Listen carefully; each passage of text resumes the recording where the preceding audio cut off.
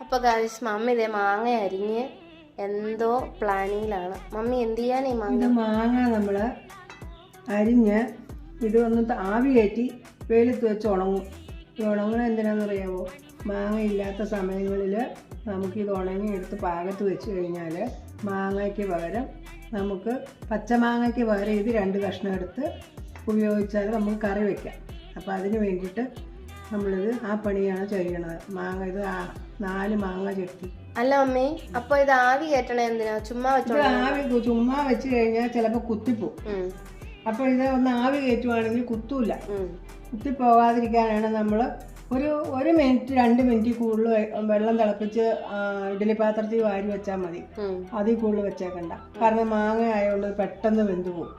അപ്പോൾ അതുകൊണ്ട് അത് അങ്ങനെ ഒന്ന് ആവി കയറ്റിയിട്ട് വേണം വെയിലത്തേക്ക് വെക്കാൻ. അപ്പം ദൂരെ പോകുന്ന കുഞ്ഞുങ്ങൾക്കെല്ലാം ഓരോ സ്ഥലങ്ങളിലും പിള്ളേർക്ക് കിട്ടാൻ ബുദ്ധിമുട്ടുള്ള സാധനങ്ങളാണ് ഇതൊക്കെ. അപ്പോൾ ഇതുപോലെ ഉണ്ടാക്കി നമ്മൾ പാക്ക് ചെയ്ത് ഇത് അയച്ചു കൊടുക്കുകയാണെങ്കിൽ അവർക്ക് ഏറ്റവും വലിയൊരു ഉപകാരമായിരിക്കും. ഇതെല്ലാവർക്കും ഇങ്ങനെ ഒന്ന് ചെയ്ത് നോക്കണം കേട്ടോ. മാങ്ങ ശകലം ഉപ്പ് പുരട്ടി നമ്മൾ ആവി കയറ്റി കേട്ടോ. ഇത്രയേ ഉള്ളൂ. ഇത് മാത്രമേ വേവിക്കാവുള്ളൂ കേട്ടോ. നമുക്കിത് ഓഫാക്കാം. ഒത്തിരി വേവിക്കരുത്, ആവി കയറി.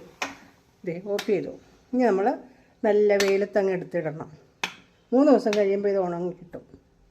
ഇത് പൂപ്പലൊന്നും കയറാതെ ഇരിക്കാനാണ് നമ്മളിത് ആവി കയറ്റണം.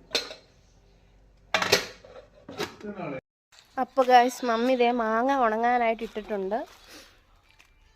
ഈ അബ്രോഡ് പോകുന്നവർക്കൊക്കെയാണ് ഇത് ഏറ്റവും കൂടുതൽ യൂസ്ഫുള്ള്. നമ്മൾ പോകുന്ന സമയത്ത് ഇത് ഉണക്കി കൊണ്ടുപോവുകയാണെങ്കിൽ നമുക്ക് അവിടെ ചെന്നിട്ട് ഇത് സ്റ്റോർ ചെയ്തിട്ട് യൂസ് ചെയ്യാവുന്നതേ ഉള്ളൂ. അപ്പോൾ വെയിൽ കൊണ്ട് നന്നായിട്ട് ഉണങ്ങണം. ചമ്മന്തിയൊക്കെ അരയ്ക്കാനാണെങ്കിൽ അവിടെ കൊണ്ടുപോയിട്ട് കുറച്ച് വെള്ളം എടുത്ത് വെള്ളത്തിലേക്ക് ഇട്ടാൽ അത് പഴയ പോലെ ആവും. അതുപോലെ തന്നെ ഇവിടെ കൊപ്രയൊക്കെ ഉണങ്ങാൻ ഇട്ടിട്ടുണ്ട് കേട്ടോ.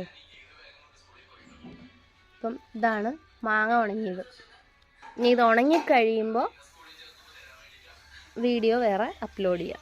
അപ്പം അത്രേ ഉള്ളൂ. എല്ലാവരും നമ്മുടെ ചാനൽ മറക്കാണ്ട് ലൈക്ക് ചെയ്യുക, ഷെയർ ചെയ്യുക, സബ്സ്ക്രൈബ് ചെയ്യുക. Thanks for watching.